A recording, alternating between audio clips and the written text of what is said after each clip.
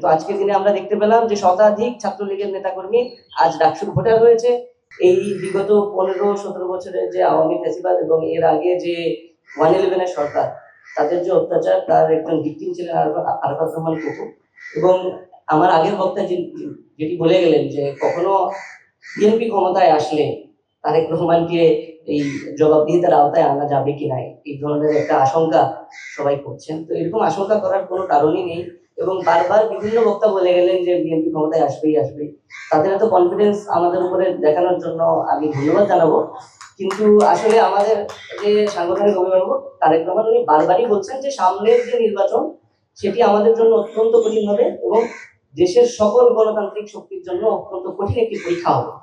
তো আমি আশা করবো সামনের দিনে যারা এই নির্বাচনের সাথে যুক্ত হবে, যারা ছাত্র সংগঠন করছি, আমরা যারা রাজনীতির সাথে সংযুক্ত, আমরা সবাই যাতে অত্যন্ত সচেতন ভাবে আমাদের মানে মন্তব্যগুলো করি এবং অত্যন্ত সচেতন ভাবে মানুষের সাথে আমরা ইন্টারাকশন করি।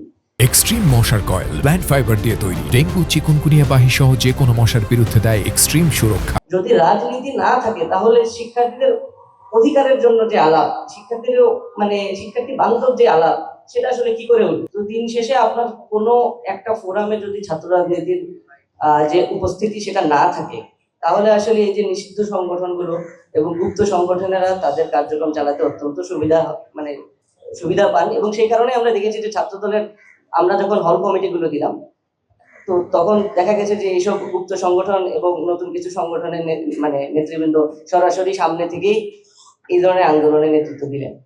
এবং এখানে বলে দেওয়া ভালো যে এরপরেও কিন্তু আমরা আমাদের প্রতিক্রিয়া অত্যন্ত সহনশীল রেখেছি এবং বিগত 1 বছরের মতো করে বাংলাদেশ জাতীয়তাবাদী ছাত্র দল এই পুরো সময়টা জুড়ে যেমন হলের সিট বন্টন কিংবা হল দখল কিংবা যে কোনো প্রেমিসেসে নিজেদের পেশি শক্তি দেখানো থেকে সম্পূর্ণভাবে বিরত থেকেছে।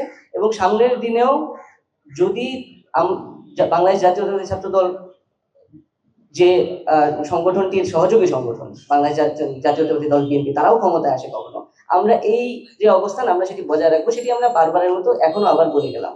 কারণ আমরা যদি আবার সেই হল দখল, সিট দখল এবং সিট বন্টনটাকে আমাদের ঘাড়ে নিয়ে নেওয়া শুরু করি, তাহলে আমাদের এবং যে কেউ যদি এই জায়গায় আবার ফেরত যান, তাহলে তাদের পরিণতি আসলে ছাত্রলীগের থেকে ভিন্ন কোনো কিছুই হবে না।